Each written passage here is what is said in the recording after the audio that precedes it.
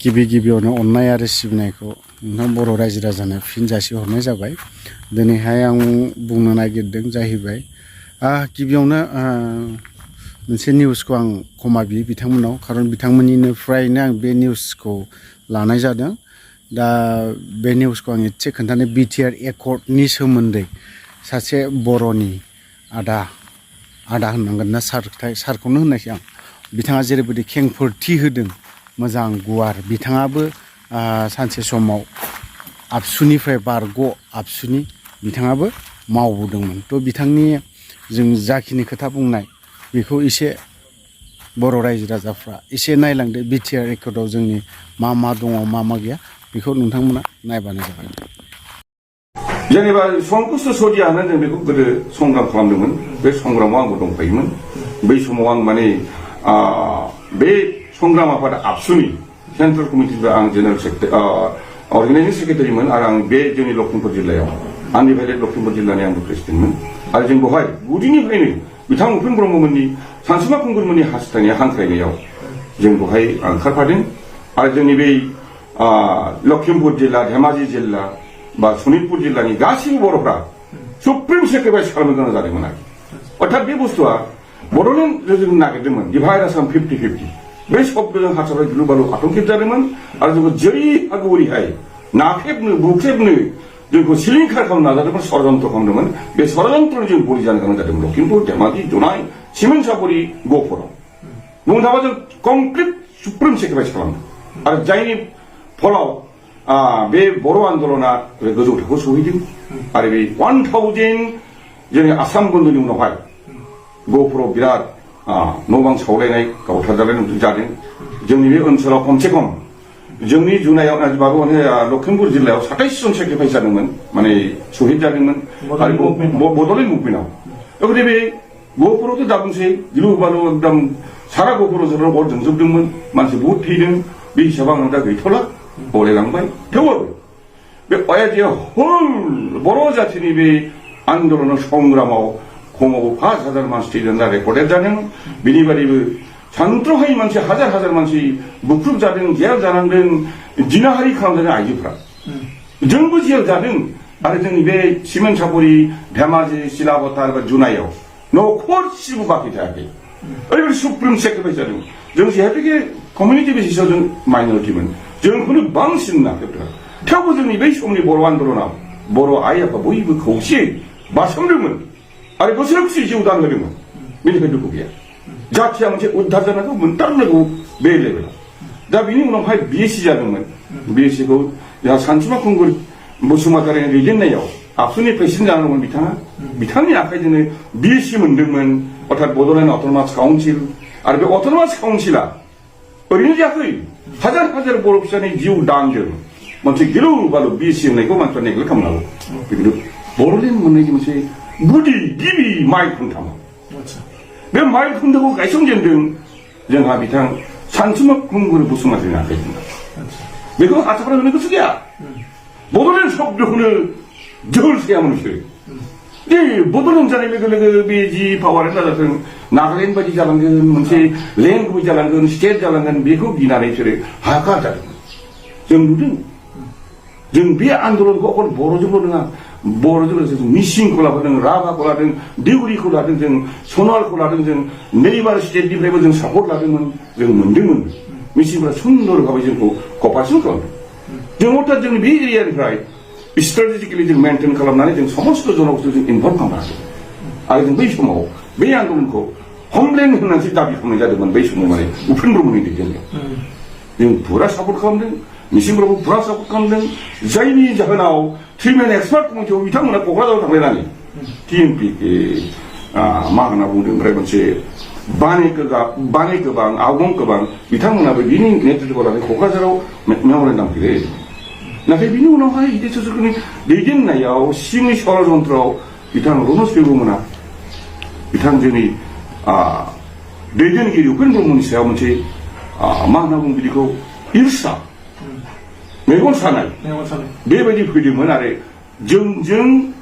जोंखौ माने divide and rule पलिसियाव दिनै मा होनना बुङो, जोंहा बै समाव मा चिफ मिनिस्टार बिदिनो सरकाया बेखौ बाहायदोंमोन बे बाहायनायावसो थांदों डिभाइडेड खालामदों ट्राइबेल शक्तिखौ बिनि उनावहाय जोङो ट्राइबेलफ्रा जिहेतु बिसोरजों लोगो जानानै थाहैबाय डिभाइडेड जाबाय जोंबो जोंनि बड'लेण्ड नांगौ होननानै जों बेखौ जों डिसिसन लानानै बासबारियाव बेखौ फुरा फाइनाल खालामदों आरो बे नामैनो जों थाङै थुङै बिएससिखौ मोनदों आरो बे समनि बिएससिनि जिथुनाखि शक्तिनि जिथुनाखि आधार जिथुनाखि सिमा गिलुबालु गिदिरमोन बुंनो थाङोबा ओजोंहाय 5 नंनिफ्राय खोलाहा ओरैहाय मा होनदोंमोन मा रिजार्भ अरां रिजार्भखौ जों मोनदोंमोन अरां अभयारण्यखौ जों मोनदोंमोन आरो बहुद गामि मोनदोंमोन बे गामिफोरखौ बिएससियाव लिस्टेड जादोंमोन नाथाय उननि जोंनि बिटिसि बे बिटिसियाव माखासेया गामिफ्रा गोमादों आरो जोंनि किसुमान मानसिनि सिगांनि जायफोर एमएलएफोर बिसोरनि नेग्लिजेन्सआव नैबे बिराद जिथुनाखि अभयारण्य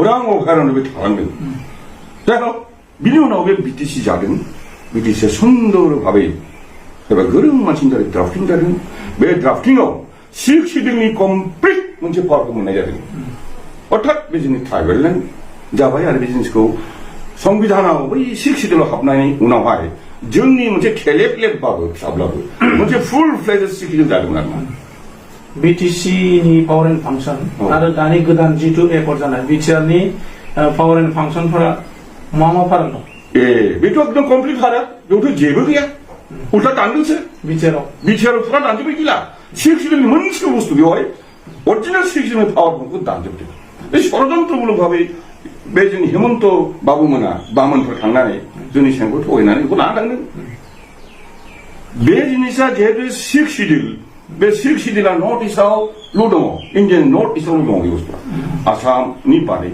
अरुणाचल नागालेण्ड मणिपुर जोंहाय मा होनना बुङो मेघालय बा आसामाव हिल्स एरिया बेफोरबायदियावसो बे अकल ट्राइबेल थांखि होनाय बुस्थु प्लेन एरियायाव होनाय जायाखैमोन बर'खौनो मोनाखैमोन जों आसामनि प्लेन हिसाबै खिन्थु जोंनि नाजानाय बे जातिनि संग्रामनि गोलाव बेखौ 6 शिड्युलखौ माने एमेन्डमेन्ट खालामनानै बर'खौ सोनो हानाय जादों अर्थात बे 6 शिड्युल थांनाय माने कमप्लिट कनस्टिटिउसनेल अकल ट्राइबेलनि थाखाय जों मोनदोंमोन नाथाय बिटिआरावथ' जेबो गैया नामानो भुल बियो मानो भुल होनना बुङोबा बिटिआरआ बे सांबिधानिक शब्द नङा बेयो सांबिधानाव संशोधन जानाय बुस्थुआ नङा बे रिजन बुस्थुआनो गैया बेवहाय संबिधानिक कुनु परिभाषायाव गैया पलिटिकेल परिभाषायाव बे संबिधानिक परिभाषा गैया बेबो गतिके मिनिंलेस ओरैनो थगायथ'सि जामाफोरखौ थगाय दा बे दिगि थांदों मोननैसो एग्जाम्पल आरो मा power and function power function माने बे जोबोद दुखु गोनां बाथ्रा बेखौ जों बुङै बुङै जोङो हालायलांबाय बेवहाय सुक्तिखौ खालामदोंमोन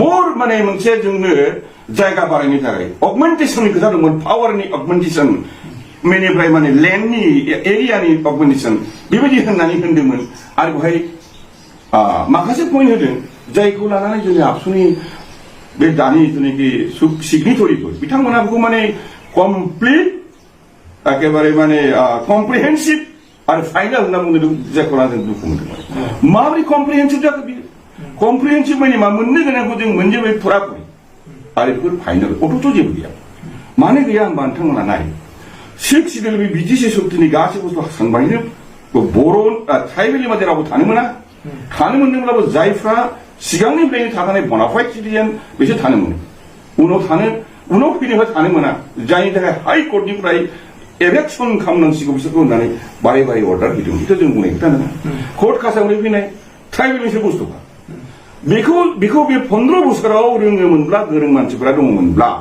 बिटिसियाव बिथांमोना बेखौ कनफार्म खालामनो हागौमोन इस्टाब्लिश खालामनांगौ बाउन्डारिखौ थि खालामनो हागौमोन नाथाय खालामनाय जायाखै थेवबाबो संबिधाननि मोनसे सेफगार्ड मोननाय मोनसे खाबुमोन बे दं आंखि ओरैबायदि लिरनाय दंमोन बेवहाय दङ बे माने कनस्टिटिउसन जिथुनाखि बे बिटिसिनि जिथुनाखि राजपत्र शक्तिनि बेयाव दङ जे बे जिहेतुके ट्राइबेल बर'फोरनि थाखाय बा मेनलि बे ट्राइबेलनि थाखाय मोनसे संबिधानिक मोनसे होखानाय जाबाय थेलेबलेबाबो बेवहाय रायजो जाथोंसै होननानै बेवहाय कुनु अन्य फिसा ट्राइबेला बर'नि फिसा ट्राइबेला बेयाव मोनला जेबो बे बर'नि सिङावनो जों थागोन जोंनोबो मोनसे फिसा बर'नि आन्दारावनो हो बेबायदिबो होनो मोननाय नङा जानाय नंला होननानै लिरखानायसो मोनो बे बुस्थुआ गोदान बे सुक्तिखौ खालामनायाव बिथांमोना आरो जों फुरा मोनबाय कमप्रिहेन्सिभ एन्ड फाइनाल होनना बुंबाय बे आसलित खोथा मानो होनना बुङोब्ला बिटिसिआव थाखानाय बुस्थुखौ दाननाय गोजासो जा जों नुबाय बिटिआर सुक्तिनि गासैबो एकर्डनि कागजखौ जों नाखौ मोनबाय जों नायबाय बै सुक्तिनि अखानायै जों ससियेल मोनदों बिनि उनाव जों मिनिस्ट्रि अफ बेखौ जोङो हम मिनिस्ट्रिनिफ्राय लाबोलायनानै बे सुक्तिनि पत्रखौ जों नायदों दिल्लीनिफ्राय लाबोनो हाया सानसुमा कुमारा लाबोनो माने जों बिसास खालामनो हाया होनना जों लाबोनो होदोंमोन लाबोदों बिनि दारै जों नुबाय ससियेल मिडियाआव हगारनायाबो थिगै दं एखे आरो बेयाव लिरनाय मथे गासिबो दानजोबनाय रोखा रोखा जेनेबा बेवहाय लिरनाय दं 1 नम्बर पइन्ट हिसाबै आं बुंबाय माने inclusion of area boundary inclusion माने मा दाजाबगोन मा जाय गामिफ्रा बिटिसिनि एक्जिस्टिं गामिजों नांजाबखानाय कन्टिगिउवास मेजरिटि ट्राइबेल बेखौ दाजाबनाय जागोन नाथाय बेथ' दाजाबनो गोनां मावथि दंबावो बिटिसिनि साहा भुटान हाजो भुटानसो दङ सोनाबाथ' बेंगलसो ओरै खोलाहाबो होखाजोब्बाय गैला दा एकमात्र जायगा दंबावो होनो गोनांबा सानजा होनबा माबेथिं दङ बे 5 माइल बारनानै मा दं बेवहाय बर'लेण्डजों बिटिसि नांजाबना थाखानाय कन्टिगिउवास मा ट्राइबेल मेजरिटि गामि गैया बेयावथ' गैया गेप दं बिराद गोजान गेप दं इसे मोनलायगोन गेप थालायगोन इसे मोनलायगोन गेप थालायगोन गैया अर्थात बे सुक्तिनि जेनाखि दफा बे दफा मथेबो इनक्लुजन जाया रोखा नुखानायसै आरो 2 नम्बराव मोनसे खोथा बावदों दानख'गोन जायफोर जेनेरेल मानसिफोर दं माने बर' जेनेरेल मानसि दं जिफ्रा जि जायगाफ्रा बे बिटिसिनि बाहेरायाव थानाय नन सक्सिडि एरियाजों कन्टिगिउवास बेखौ दाननाय बेखौथ' नुखाबाय जोङो बर' जायगा बिटिसिनि खोलानि सिमायाव मेला दं जायफ्रा नन सक्सिडिजों कन्टिगिउवास माने गामि दं सानथ्रहाय गामि दं ओजों क'क्राझारनि खोलाहा बे धुबुरीनिफ्राय लानानै ओरैहाय मेला दङ क'क्राझारनि खोलाहा दङ ओजोंहाय मा होनना बुङो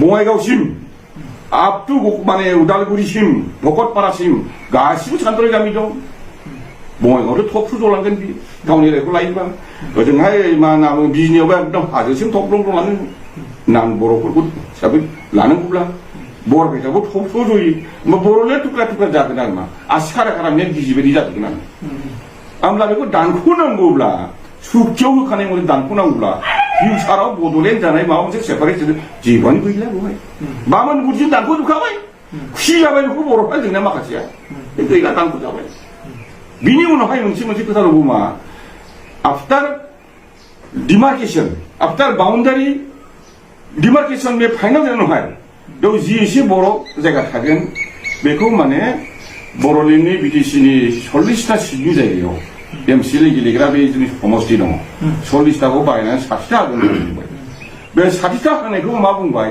उइदाउट एडभार्सलि एफेक्टिं दा एक्जिस्टिं माने ट्राइबेल रिजार्भ कोटा अर्थात जि 60टा कोटा समस्ति जागोन बेखौ दानि थाखानाय गोदोनिफ्रायनो बे जेनेरेल हिसाबै जोंनि संबिधानाव दं 10% जोंनि ट्राइबेल रिजार्भ कोटा बे मथे लांबाथ' 60टानि बिथोराव 6टाल'सो थाबाय जोंना रिजार्भ कोटाखौ जुदि 10% दोनोब्ला एडभार्सलि एफेक्टिं होननाय खोथाया जुदि खाथि होयोब्ला बेखौ बर' ट्राइबेल हिसाबै जों 6टाल' थागोन अर्थात बे मोनसे गिलुबालु षड़यन्त्रनि मोनसे खोथा दं बेखौ मानो बुजिदिया जों बुंनो हायो गतिके बे मोनथाम बुस्थु मोनसेया थगायबाय जेनेबा बेवहाय माने 40टा सिटनि जायगाखौ जुदि नान ट्राइबेलखौ दानख'योबा दानि एक्जिस्टिं जिथुनाखि बिटिसि बेवहाय 3079 खान गामि दं आरो दाजाबनांगौ दंबावोबा बेहाय माने 90 खान गामि मोन बेबायदि दङ 95 गामि दङ बेखौ दाजाबनानै बुरजा जाबावगौमोन दाथ' दाजाबनायथ' जायासै 3079 खान गामिखौ जुदि दानख'नानै 12 लानांगौबा 50%ल'सो थाबाय आधाल'सो थाबाय आधा थानाय जायगाखौ जुदि 60टा बायनानै होयोबा समस्ति बेथ' हाथ' बायनाय जायाखै थगायनायसो बेखौनो खुसि जाबाय जोंनिया मा जाखो बे थांनायानो थांनाय गैलिया जेबो होनना सानना लादों जों आरो पावार एन्ड फांसनाव मोनसे गिलुबालु मोनसे दफा दंबाय मा देयर विल बि नो प्रिन्सिपाल सेक्रेटारि इन बिटिसि बे बिटिआरआव आरो बे प्रिन्सिपाल सेक्रेटारि बिनि बदल फैगोनलायनो चिफ एक्जिकिउटिभ अफिसार माने बे बिथाङानो माने बेनि हेड जागोन दा चिफ अफिसार गिदिरा जाहैबाय बेनो दा बे सिइअ पलिटिकेल बे प्रशासननि एडमिनिस्ट्रेशननि जेनाखि परिभाषा बेखौ सानजामारि बे पावारा गैया जेबो बेथ' नान बिटिसि बा जिखुनु नान सिडुल एलेकायाव जेनेरेल एलेकायाव जेनेबा धेमाजि लखिमपुर सनितपुर बे जायगायाव जों नुदों जोंनि जायगायाव दं अल अभार इन्डियायाव दङ बियो सिइअ मावदों अल इन्डियायाव मोनसे बर्तमानाव गांव पन्चायत आन्चलिक पन्चायत आरो जिल्ला परिषद बे पन्चायती राज सिस्टेमाव मोनथाम तरफनि तीन खलफिया मोनसे जेनाखि प्रशासन दङ बेवहाय जिल्ला परिषदखौ सालायनो थाखाय जि अफिसार थायो बे अफिसारा एक्चुअली डिसि जानांगौ डिसिनि सिङाव थानाय एडिसि आरो एडिसिनि सिङाव थानाय सोरबा इनचार्ज मेजिस्ट्रेटखौ सालायो सिइअ जिल्ला परिषद अर्थात जिल्ला परिषदखौ सालायनाय बायदि सालायसिगोन दा बिटिसिखौ बिटिआर होमब्लाथ' बेसेबां गिलुबालु फिसा शक्तिनि बुस्थु जेरावनाखि प्रिन्सिपाल सेक्रेटारि सालायनांगौमोन बेखौ सासे सिइअआ सालायनांगौबा सिइअआ मोननै रोखोमनि थायो जों मिथिगौ मोनसेया गभर्नमेन्ट लेभेलाव बेखौ सिइअआ आं दा जेखौ बुंदों जिल्ला परिषद लेभेलनि प्रशासननि हेडखौ अथरिटिखौ बुङो सिइअ आरो प्राइभेट कम्पानिफोराव थायो सिइअ फिसा फिसा प्राइभेट कम्पानियाव बाहायो होमबा मोनसे बिटिसि जि 6 शिड्युल ट्राइबेल जातिफोरखौ बासायनाय मोनसे मिनि स्टेट बा बे मोनसे प्रशासननि मोनसे गिदिर बुस्थु बे पावारा गिलु बालु प्रिन्सिपाल सेक्रेटारिनि जायगायाव सासे सिइअखौ लागायबा मोजां जागोन जिल्ला परिषद सासे अफिसारखौ लागायनो मोजां अर्थात बे जिल्ला परिषद नंला अट'नमास डिस्ट्रिक्ट काउन्सिल नंला जिल्ला परिषद लेभेलाव थांबाय जिल्ला परिषद मिन्स पन्चायती राज सिस्टेमनि गोजौ खलबनि डिस्ट्रिक्टनि आन्दाराव थानाय प्रशासन माने गिदिरनिफ्राय फिसासो बेबायदि बै काउन्सिलनिफ्राय फैनानै जिल्ला परिषद माने नर्मेल डिस्ट्रिक्टनि डिसिनि आन्दाराव थानाय एडिसिनि आन्दाराव थानाय सासे मेजिस्ट्रेटजों सालायजानाय काउन्सिल जाबाय अर्थात जिल्ला परिषद लेभेलाव थांबाय आरो बुंनो थाङोब्ला गासिबो बे बिटिसिनि मोनफ्रोमबो डिसिआ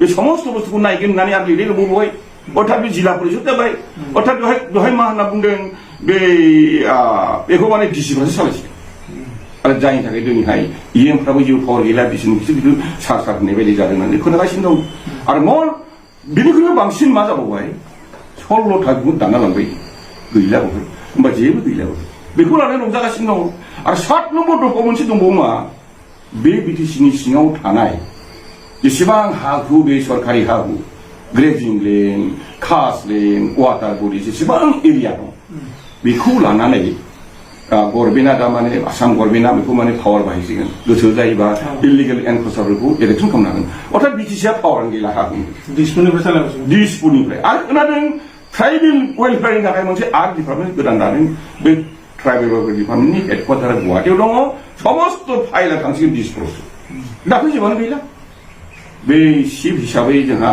बे प्रमद बर'आ जि एसे दुगादुसि खालामगासिनो दं जि सोंगासिनो दं थांलाय फैलाय दिसपुरखौसो हेडक्वार्टार खालामनानै दिनैहाय बे माने बिनि थिननाय लेखा गावनि पावारखौ लुज खालामनानै सार्थ व्यक्ति खुद्र सार्थनि थाखाय दा बेखौ खालामगासिनो बे बिटिआर सुक्तियावनो थाखानायसो बे बुस्थुआ बेनिखायनो बेबायदि जागासिनो दं बे गुदि जेनाखि दाय बा भुल बे सुक्तिखौ खालामनायानो गिदिर खामानि जायनि थाखाय जों फुराना हाकार जानानै थानो हायो जों बेखौ कमप्लेन खालामदों ओरैबायदि आरो बे गतिके बे सुक्तियाव गोदान सुक्तियाव जेबो गैया जोंनि दिनाव बे फोजोबस्रांनायनि सुक्ति बामोननि बुद्धिजों जोंनि मानसिया थगायजानानै दा बिसोरनि खिसुखौ दाबो खारगासिनो दं व्यक्ति स्वार्थ फरनि थाखाय बृहत्तर जातिनि स्वार्थखौ सेस खालामदों आरो बे गिदिर क्राइम बिसोरखौ रायनो भाषानो गैया दा डिक्सनारियाव मोना जों माने मा बुंनो जेबो भाषानो गैया स्टुपिड होनगोन ना ननसेन्स होनगोन ना हपलेस होनगोन ना मा होनगोन भाषानो थोआखै स्टुपिड हपलेस ननसेन्स गान होदो जेखि बुंगोन थोआ मा भाषा जादों जातिखौ फाननानै व्यक्ति चालायनानै रंजागासिनो दं बिराद मोनदों होनना बुंगासिनो दं आरो बे मोनसे गिदिर थगायनाय मोनसे दं बर'फोरनि एकदम माने माबालायनो दंनाय माने पृथ्वीयाव थानाय बिराद इउनिभार्सिटि मेनसन दं बिराद डेभेलपमेन्ट स्किम दं बे सुक्तिनि बाहेरायाव थानाय परिशिष्ट लिस्टआवसो दं एनेक्सारावसो दं बिराद बुंनानै मा जादों सुक्तिनि सिङाव गैया दंब्लाबो बेखौ माला खालामगोन दं होनना सानदों बेलाय जेनेबा माला खालामगोन बेखौ बिनि आगोलाव जोंनि हाखौ नानै होजोबबाय आरो गोदानै आरो मोनसे गिलु बालु खोथाबो गुरखाफोरखौ नेपालिफोरखौ थारमाने गुरखानि नामाव बरेलनाव थानो हानाय अधिकारखौ दा आइनाव फासंदों गतिके जोंनि ट्राइबेलनि जे सिडुल एरियामोन बेखौ बासायनाया जोंनि बे बिटिसिआव थानाय बा बिटिआरआव थानाय दानि राजनितिकफ्रा जे मावनो जग्यता गैया जग्यता गैयि अजग्य मानसिफोरखौ नेतृत्व होदों 압수하면 그네 찍도록 하시노. 마 압수자기. 너네 디펜 모르면 하고 미라 만에 렉션 많이 가신다. 라싱 렉션. 감사관에는 딜류 강등 싫어. 감사관 만에 모르니 감사관 만에 이제 모르 자체 당근 매명하긴다. 감사관 하는 거는 게 땡큐. 왜 마셔 못 살기야 봐. 마 자티고 바세네 군 양 아인 가는 제가 양이야 봐. 온트라서도 갑하나 봐. 맞아. 아니 그런 거예요. 아니 지금 딱 무슨 그런데 너니 해. 너나 보리. 좀 스트롱지 많이 더. 매번 하자 해봐요. 전원이 전모분이셔 소리가 높이고 이것이. 그래서 전원이 양이 비마, 전원이 비마. 전모분이 왜 전원 비전이 왜 전원 하드. 매번이야 설거니 그 방신 12자 타오 있는 거리 없이 있는 12자 타오, 혼자 타오. 혼자 타오. 그다음에 정리 비마, 정리 비코는 안 거구나. 정리 한이 타지 좀 도망등.